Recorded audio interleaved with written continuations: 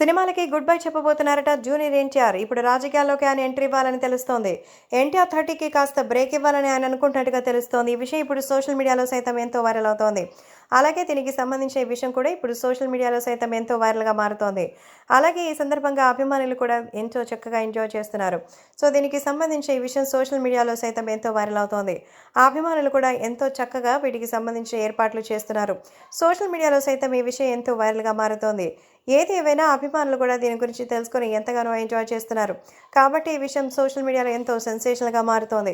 అలాగే రాబోయే రోజుల్లో వీళ్ళందరికీ సంబంధించి ఈ విషయం అయితే ఎంతో సెన్సేషనల్‌గా మారబోతోంది. ఆ అభిమానులు కూడా దీని గురించి తెలుసుకొని ఎంతో చక్కగా ఎంజాయ్ చేస్తున్నారు.